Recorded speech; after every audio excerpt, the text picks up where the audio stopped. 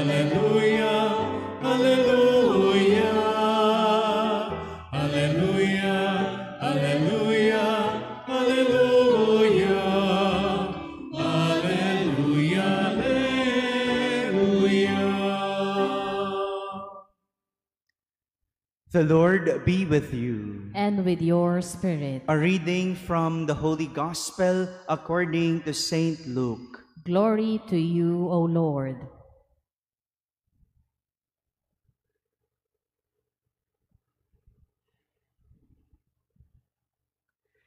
Jesus said to his disciples, "To you who hear, I say, love your enemies. Do good to those who hate you. Bless those who curse you. Pray for those who mistreat you. To the person who strikes you on one cheek, offer the other one as well. And from the person who takes your cloak, do not withhold even your tunic. Give to everyone who asks of you, and from the one who takes what is yours, do not demand it back. Do to others as you would have them do to you. For if you love those who love you, what credit is that to you? Even sinners love those who love them. And if you do good to those who do good to you, what credit is that to you? Even sinners do the same. If you lend money to those from whom you expect repayment, what credit is that for you? Even sinners lend to sinners and get back the same amount. But rather, love your enemies and do good to them, and lend, expecting nothing back.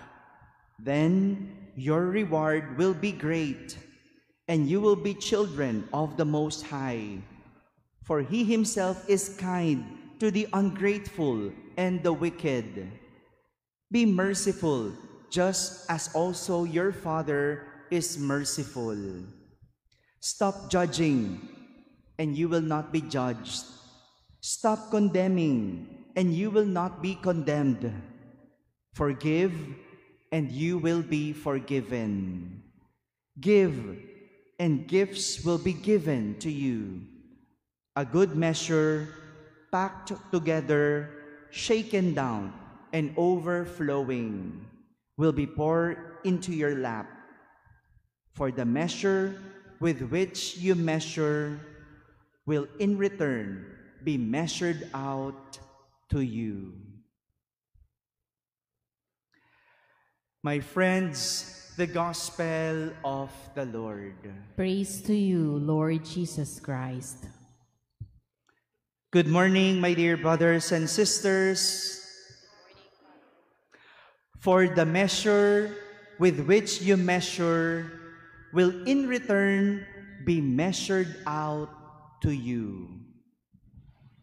Ang takalang ginagamit ninyo sa iba ay siya ring gagamitin sa inyo. This is the image that Jesus used in teaching His disciples how to treat their enemies. Could you say that? Enemies. Take note. Jesus recognizes enemies. Hindi niya winawalang bahala ang mga kaaway. Alam niya kung tayo ay may kaaway at kilala niya kung sino ang ating kaaway. But Jesus is teaching us how to treat them. Jesus identified the different enemies in our lives. Take note of this. Kilala ni Jesus ang mga iba't ibang klase ng ating kaaway. O iba't ibang klaseng kaaway natin. First, sino daw ang mga enemies? Those who curse us. Yung mga taong nanunumpa o nanunumbat sa atin. O pwede na rin, yung mga taong nagmumura sa atin. Those who curse us. Second, who are the enemies? Those who mistreat us. Yung mga taong umaapi o nang mamaltrato sa atin. Yung mga gumagawa ng masama sa atin. Those are enemies. Who else? Third, Jesus said, those who strike us. In other words, those who hurt us. Yung mga taong nananakit sa atin. Who else? Number 4, those who take our things. Sino yung mga yon? Mga kumukuha ng ating pag-aari.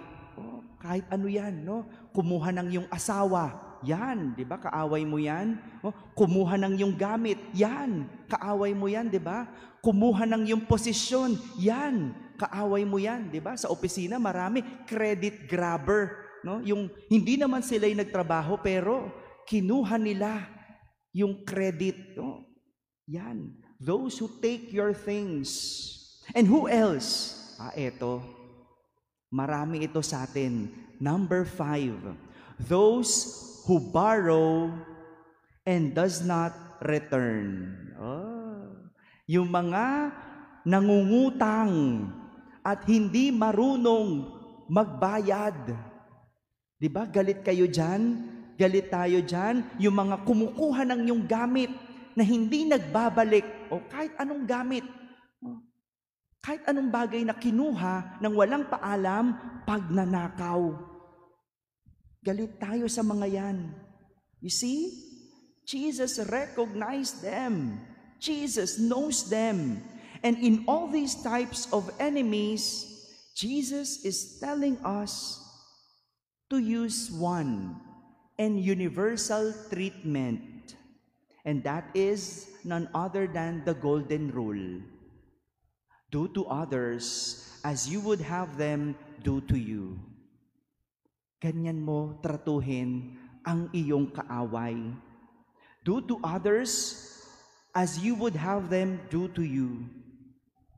Walang ibang paraan kung paano tatratuhin ang kaaway, kundi kung paano natin gustong tratuhin ang ating mga sarili. Father, ang hirap naman yan.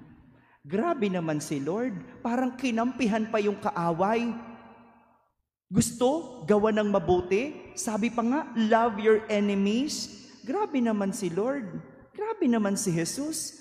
Sa kaaway na kumampi, hindi sa akin. Ako na yung inutangan. Ako na yung minaltrato. Ako na yung minura. Mamahalin ko pa. Don't worry. Huwag ka munang magsalita kasi.